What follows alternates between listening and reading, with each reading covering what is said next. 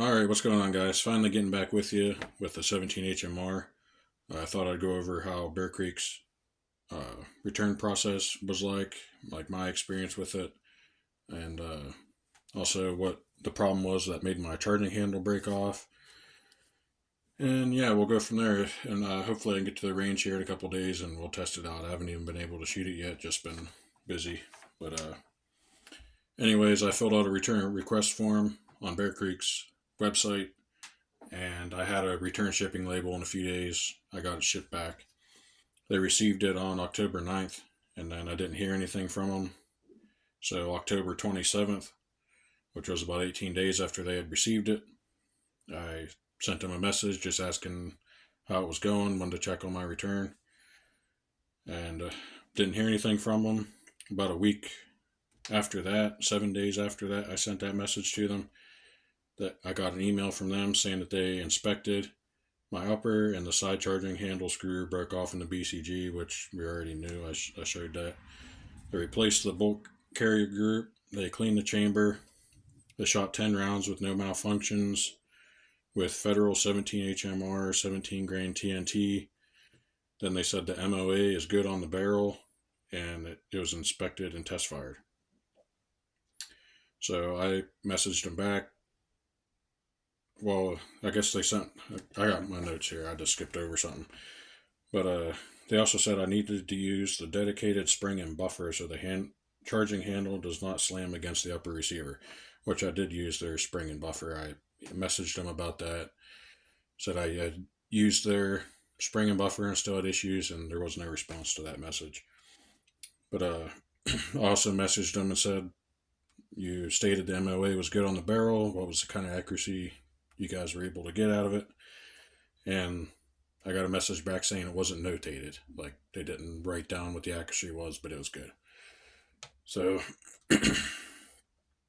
I got my upper back, I would say. I didn't write it down, but it was around November 10th or so. So they had it for around a month. And pretty much all they did was replace the bolt carrier and shoot 10 rounds.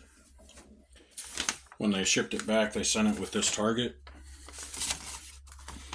Kind of up close there, but they had that 10 round group, which it doesn't really mean too much to me.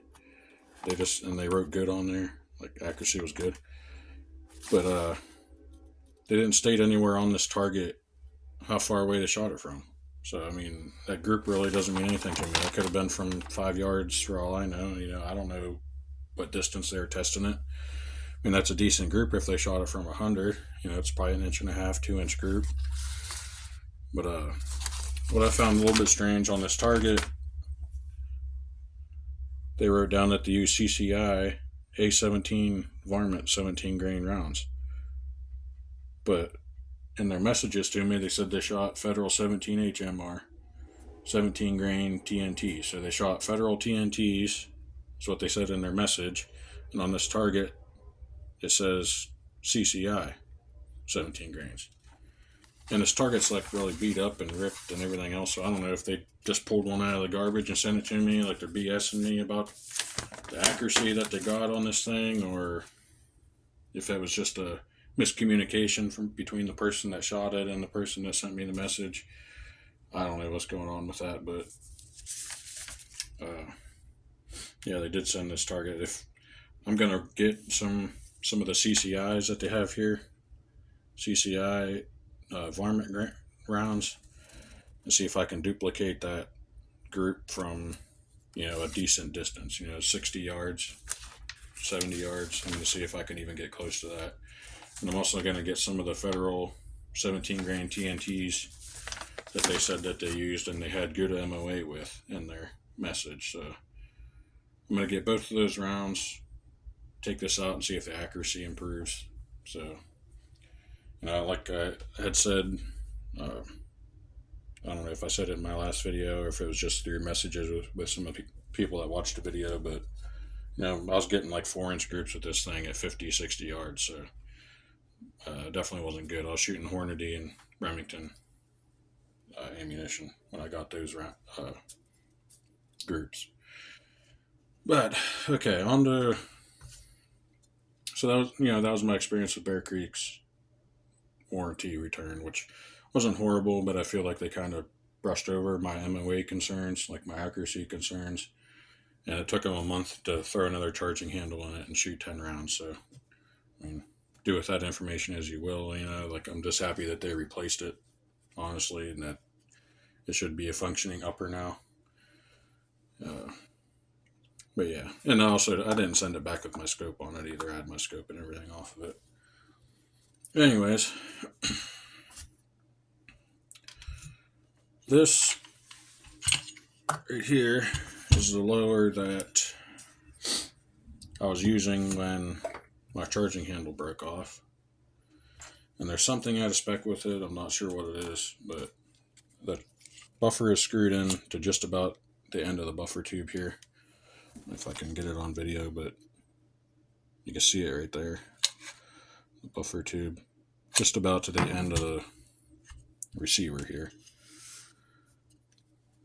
So we'll measure that.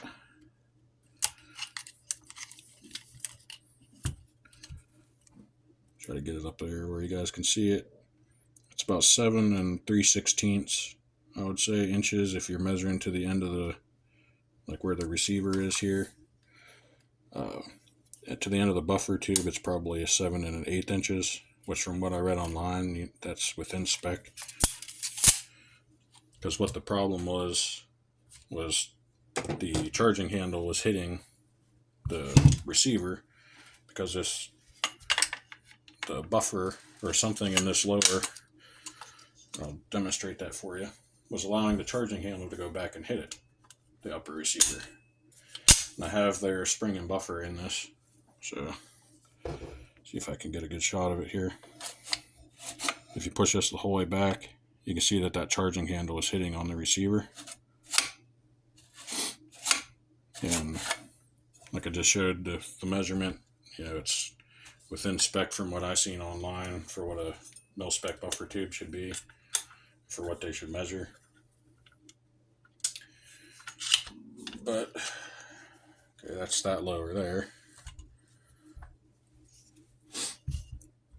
This lower receiver, measure it.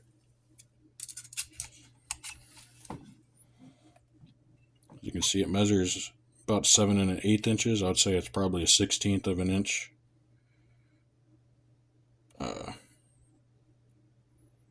Maybe a 1/16 of an inch shorter. It's within a 1/16 of an inch of the other lower receiver I was using. Let me put the spring and buffer in there.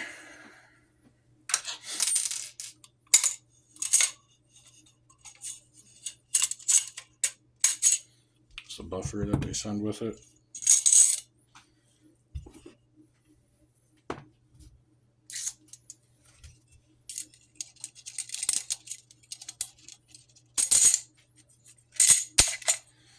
Okay, I have their spring and buffer in this lower. Throw the upper on it.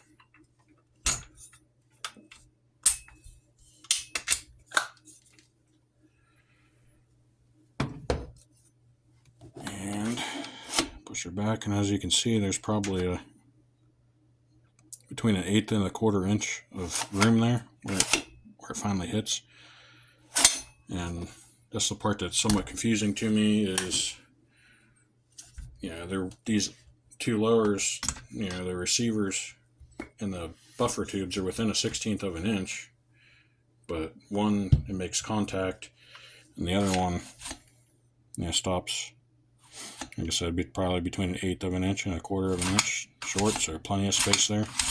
So I'm assuming that with this lower here, I shouldn't have any problems, but that's what my issue was. And as far as the charging handle breaking off, but like I said, I'll have to get that other ammo and see if the accuracy is any good or not. For they said they had good accuracy with it was either the Federals or the CCIs. They had them both written down there, but they only shot 10 rounds. So I'm gonna round up those ammos and check the accuracy. But something else about this lower, the one that was making contact, the side charging handle, I put a regular carbine buffer and spring in this, and my other uppers will make contact with the receiver back here as far as if it's a rear charger. So it's, there's something out of spec about it. I'm not sure what it is exactly. Currently using this upper for my 22 long rifle, or I'm currently using this lower for my 22 long rifle upper, because the buffer system is all contained within that upper. So even if something is out of spec here, which something is obviously going on, I'm not sure what it exactly, like I said, what it is, but even if something is out of spec here, doesn't really matter because the entire buffer system is contained within that upper. So I haven't had any issues using this lower with that 22 long rifle upper, and that's probably all I'll use this for, because any 5.56 upper or any upper that requires or uses the buffer system, I'm going to have issues with this lower for, like I said, whatever reason. This is a, kind of lower is this? It's an Anderson lower. I believe the lower parts kit came from Palmetto State Armory, so I'm not sure if it's with the lower or with the buffer or receiver extension, buffer tube, whatever. But yeah, that's pretty much the entire update on it. Like I said, if you get one of these, just make sure, and you should really be checking with any upper, but if you get one of these side chargers, make sure that when you charge it, the handle doesn't contact the upper receiver. Because if it does, you're going to have problems like I did. Your charging handle's going to break off. But yeah, that's pretty much all I got on it for now. Stay tuned for the range video. We're going to go out and test it and make sure that I don't actually have any problems. Like I said, from what I'm seeing here, I shouldn't.